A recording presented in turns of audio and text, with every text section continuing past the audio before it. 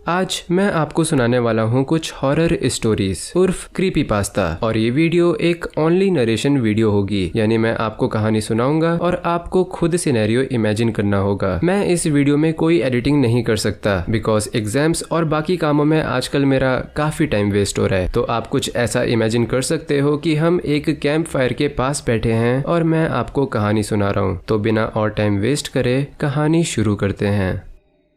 काफी समय पहले की बात है। मैं किसी काम से दूसरे शहर गया था, जहां मैंने कुछ दिनों तक रुकने के लिए एक होटल में कमरा बुक करा। फ्रंट डेस्क पर बैठी औरत ने मेरे सामने मेरे रूम की चाबी रखी, लेकिन इससे पहले कि मैं चाबी उठाता, उस औरत ने बोला कि आप अपने रूम में जाते समय एक ऐसे रूम से होते हुए गुजरोगे जिसके ऊपर कोई भी नंबर नहीं लिखा होगा। चाहे कुछ भी हो जाए, ना तो आपको उस रूम में जाने की कोशिश करनी है और ना ही उसमें झांकना है। मैंने बोला ठीक है, और अपने रूम की चाबी उठा के अपने रूम की तरफ जाने लगा। रास्ते में मुझे मन करा कि की होल से एक बार उस कमरे में झांक के देखूं, लेकिन मैंने नहीं झांका और मैं अपने रूम में चला गया। 2 दिन बीत गए और दूसरी रात मुझसे रहा नहीं गया और मैंने दरवाजे की होल से झांक ही लिया और मैंने देखी एक औरत जो कि रूम के कोने में खड़ी थी और उसका पूरा शरीर बिल्कुल पीले रंग का था। उस औरत को देखकर मुझे थोड़ा अजीब लगा। मैं उठा और अपने कमरे में चला गया। पूरी रात और अगले दिन मेरे दिमाग में यही चलता रहा कि वो औरत कौन थी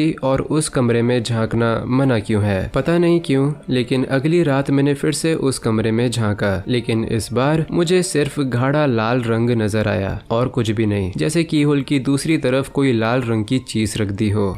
काफी देर तक कोशिश करने के बाद भी मुझे लाल रंग के अलावा कुछ भी नजर नहीं आया। इसलिए मैं उठा और वापस अपने कमरे में आ गया, क्योंकि अगली सुबह मुझे वापस अपने घर भी जाना था। अगली सुबह मैं सामान लेकर रूम से बाहर निकला और रूम की चाबी फ्रंट डेस्क पर वापस करने गया, जहां फ्रंट डेस्क वाली औरत ने चाबी लेते हुए मुझसे पूछा कि कहीं मैंने उस रूम में झांका तो नहीं। तो मैंने बता ही दिया कि मैंने झांका था, जिसके बाद वो मुझे बताती है कि काफी समय पहले उस रूम में एक हस्बैंड ने अपनी वाइफ को जान से मार दिया था, जिसके बाद उस औरत की आत्मा उसी कमरे में कैद हो गई। जिसने भी वहां झांका, उन्होंने बताया कि उन्हें एक औरत दिखी जिसका पूरा शरीर पीला था, लेकिन उसकी आंखें पूरी तरह गाढ़ी लाल रंग की थी, जिसका मतलब जो गाढ़ा लाल रंग मैंने देखा था वो।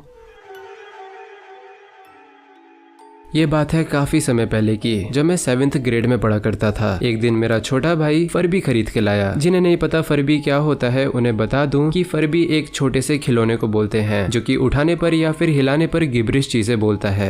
मेरे छोटे भाई ने उस फरबी के साथ लगभग 2-3 हफ्तों तक खेला और जब वो बोर हो गया तो उसने फरबी को बेसमेंट में रख दिया। एक रात मुझे बेसमेंट से कुछ पुरानी सीडीज लानी थी। रात के 1 बजे का समय था और जैसे ही मैं बेसमेंट का दरवाजा खोलता हूँ, वो फरबी कहता है कम प्ले विद मी, और फिर हंसने लगता है। मैं थोड़ा सा डर जाता हूँ, लेकिन ये सब कुछ नॉर्मल समझ के उसे इग्नोर करता हूँ और अपनी सीडीज उठा के वापस चला जाता हूँ। अगली सुबह जब मैं सीडीज वापस रखने आता हूँ तो उस फरबी को उठा के देखता हूँ और मुझे पता चलता है कि उसके अंदर बैटरीज थी ही नहीं। मैं वो फरबी लेकर ऊपर जाता हूँ और अपने डैड को पिछले रात के बारे में बताता हूँ और मेरे डैड मुझे बताते हैं कि फरबी कभी इंग्लिश बोलते ही नहीं, वो बस रैंडम आवाजें निकालते हैं, वो भी तब जब उन्हें कोई मूव करे। ये सब सुन के मेरे हाथों से वो फरबी नीचे गिर गया और मैंने सोचा कि अगर ये फरबी इंग्लिश नहीं बोल सकता, बोलने के लिए ये मूव होना चाहिए और सबसे बड़ी बात इसमें बैटरीज होनी चाहिए, तो आखिरकार पिछली रात इसने बैठे बैठे बात कैसे करी।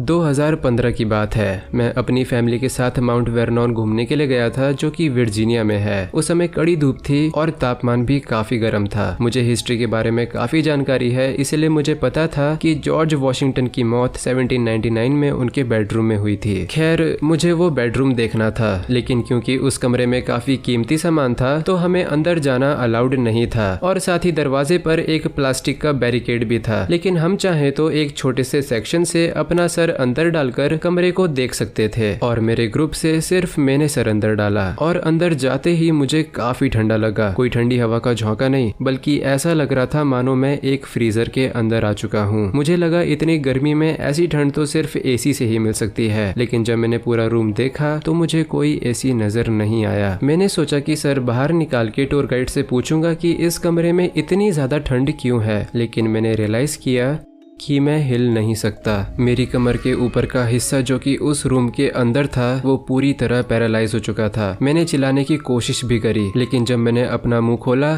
कोई आवाज बाहर नहीं आई। उसी समय मुझे ऐसा लगा किसी की आंखें मुझे घूर रही हैं। ये ऐसा एहसास था जो हमें तब आता है जब हम सो रहे होते हैं और हमें लगता है कि हमें सोते हुए कोई देख रहा है। मुझे कोई नहीं दिखा, लेकिन मुझे ऐसा महसूस हो रहा था जैसे कि कोई मेरी तरफ बढ़ रहा है और मुझे घूर रहा है। मुझे ऐसा महसूस हो रहा था मानो घंटों बीत गए हों, जबकि असल में सिर्फ कुछ सेकंड ही गुजरे थे। थोड़ी देर बाद जैसे ही पैरालिसिस टूटा मैं पीछे को गिर गया। मेरी मॉम ने मुझसे पूछा कि क्या हुआ, और मैंने बोला कि मैं यहाँ से जाना चाहता हूँ। बाद में जब मैंने ये कहानी एक्सप्लेन करी तो मॉम को यकीन नहीं हुआ, लेकिन ये इंसिडेंट मुझे आज भी डराता है।